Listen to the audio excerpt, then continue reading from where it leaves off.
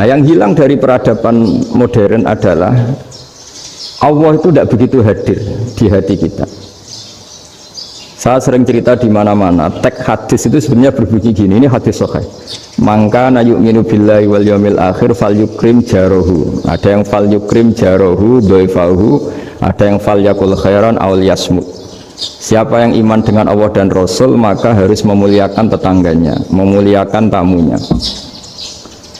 Dulu itu ada seorang ulama dipanggil anak muda, dibully terus sekarang. Wahai kiai, datang ke rumah saya. Datang kiai itu.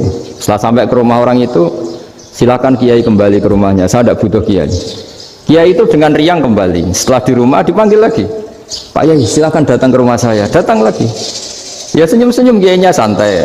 Wah, nggak jadi butuh Pak Yai. Silakan kembali lagi. Sampai 3 kali. Oh itu kalau rektor digitukan marah itu. Dosen marah. Kiainya santai. Santai, senyum-senyum, rileks. Ketika ditanya, kenapa Pak Yai tidak tersinggung? Jawabannya unik. Anak muda, saya ini senang sekali nuruti perintah Allah, disuruh menghormati tetangga. Sehingga ketika Anda manggil, ya saya datang. Ketika Anda nyuruh pulang, ya saya pulang. Saya senang sekali nyenangkan tonggo. Dan itu perintah Allah, jadi tidak ada hubungannya dengan kamu. Wah, pemudanya nangis minta dimaafin. Kalau kita kan enggak, kita ini dosen, kiai, mungkin kita doktor, mungkin kita profesor. Tapi kita ini sering didikte oleh orang bodoh. Kalau orang bodoh jengkel, lo kita ya jengkel. Lo kamu jengkel, dijengkelkan orang bodoh itu namanya terdikte. Itu bodoh apa pinter? Oh, itu tidak pinter sama sekali. Kalau betul-betul kamu pinter, hanya bisa didikte oleh Allah Subhanahu wa ta'ala. Jadi antara hukum Allah apa? Wa ahsin man asa'a ilaika, berbuatlah baik sama orang yang berbuat buruk sama Anda. Itu dikteannya Allah. Kalau dikteannya orang-orang bodoh kayak dimangkel ben mangkel, terus kamu mangkel. Itu bodoh apa pinter? Nah, problem kita kekinian adalah wong pinter wong bodoh itu bodoh-bodoh bisa didikte oleh sekelilingnya. Sekarang wataknya perumahan seperti itu, wataknya anak-anak seperti itu, kita didikte. Anak-anak jengkelin kita mangkel, berarti kita didikte oleh orang bodoh. Makanya agama itu unik, kadang ngendikan wa ahsin man asa'a ilaika, kadang wasil mangkoto aka, sambunglah orang yang memutus kamu. Karena dengan demikian kita hanya didikte oleh Allah Subhanahu wa ta'ala, bukan didikte oleh hukum sosial. Cara Jawane nak ngapiki tangga sing apik akeh tunggale. Berbuat baik sama yang berbuat baik pada kita itu, mbok orang fasik ya seperti itu, maling ya seperti itu, sama.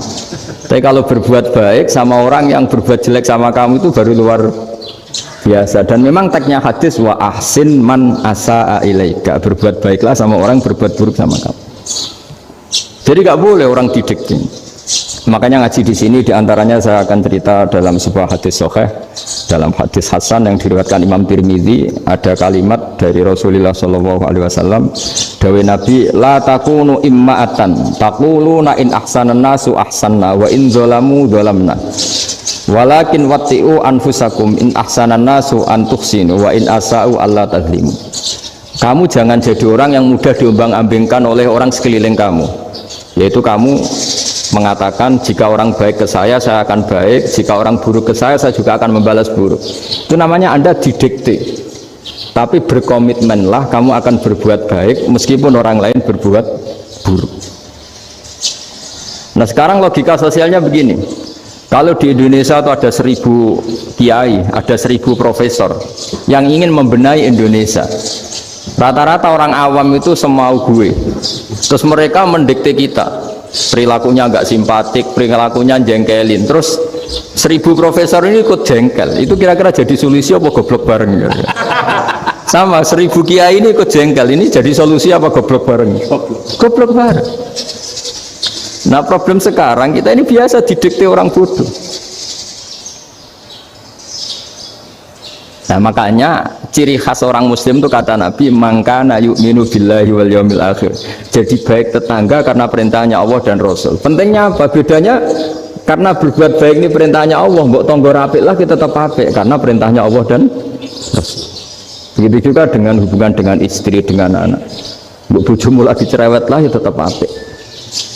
Karena dengan cara itu kita hanya tunduk kepada Allah dan Rasul. Tapi kalau kamu, istri saya kalau baik ya saya baik, kalau enggak ya enggak. Berarti Anda didikte oleh perilakunya dia. Itu latihan, ya kalau dalam bahasa pondok, latihan jadi wali itu yang paling berat itu. Nabi itu kalau sama orang munafik itu sabarnya Masya Allah. Padahal Nabi berso kalau orang itu orang munafik. Karena dengan cara seperti itu, bahwa kebaikan Nabi pada seseorang itu atas perintahnya Allah dan Rasul, bukan atas nama servis. Kalau Nabi hanya baik kepada Abu Bakar, itu mungkin orang bilang, wisadu nih Abu Bakar baik sama Nabi. Tapi kalau Nabi baik sama orang munafik, Abdullah bin Ubay bin Salul, itu kalau nggak perintahnya Allah dan Rasul itu nggak bisa. Nah ini cobalah berlatih seperti itu sehingga kita tidak mudah didikte. Ya saya ulang lagi, nggak mudah apa? Didikte. Maka di antara kebaikan Allah dan Rasul adalah bahkan orang dolim saja diberi jatah rahmat. Makanya tadi seperti mukadimah yang dibaca Pak Haris tadi, agama ini rahmatan lil alamin. Orang yang dolim saja dapat jatah apa? Rahmat, apalagi yang soleh. Nah kemudian yang perlu dicatat, kenapa kita menjadi enjoy dengan Islam? Islam itu adalah agama yang tidak didikte oleh materi.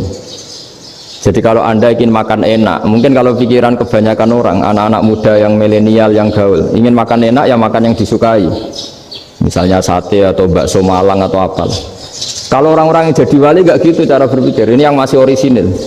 Ditanya, ini dunia baru kesulitan makanan, baru resesi. Cara makan enak gimana? Jawabannya lucu. Ya gampang, idamuhu alju. Idam itu lauk. Kalau kamu ingin makan lauknya paling enak apa? Alju. Kamu harus lapar banget. Sampai kalau puasa itu melihat tempe itu wah luar biasa. Tapi kalau kamu nggak puasa, air putih itu nggak menantang. Tapi kalau puasa, tempe air putih itu menarik dan Anda tetap lahap. Apa? Karena lauk terbaik adalah alju, yaitu lapar. Nah tapi kita ini enggak, kita ini kayak orang bodoh. Kayak orang bodoh tadi, profesornya makan nyaman ya kalau sesuai selera. Nah itu kan sama dengan anak-anak ABG. Anak ABG itu makan lahap ya kalau yang disukai. Lalu bedanya apa ABG sama profesor? Kalau cara berpikir masih sama kan itu. Kiainya juga gitu. Kiai makan enak kalau yang disukai, kalau enggak. Itu bedanya apa kiai sama orang awam? Orang awam juga gitu, makan lahap ya kalau yang disukai.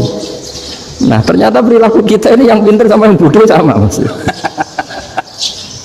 Kalau kamu ingin berkasta lebih baik, itu cara makan enak itu apa? Idamuhu aljur. Lauk terbaik adalah karena kita sangat lapar.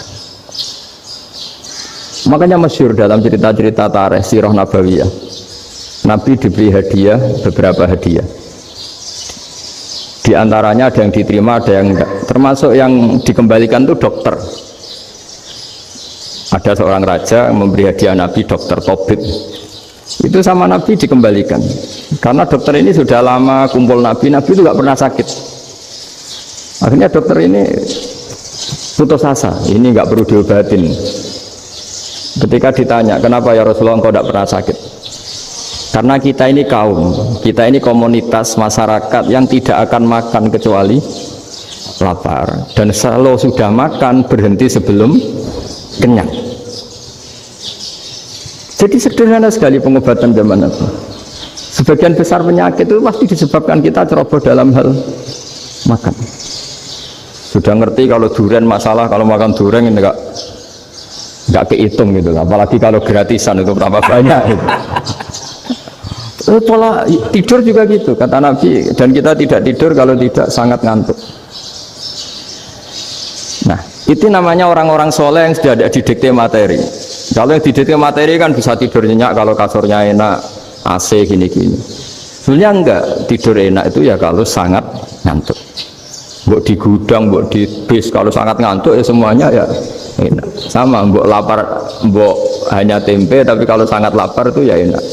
Nah ini ilmu yang mulai hilang, ilmu-ilmu yang mulai hilang.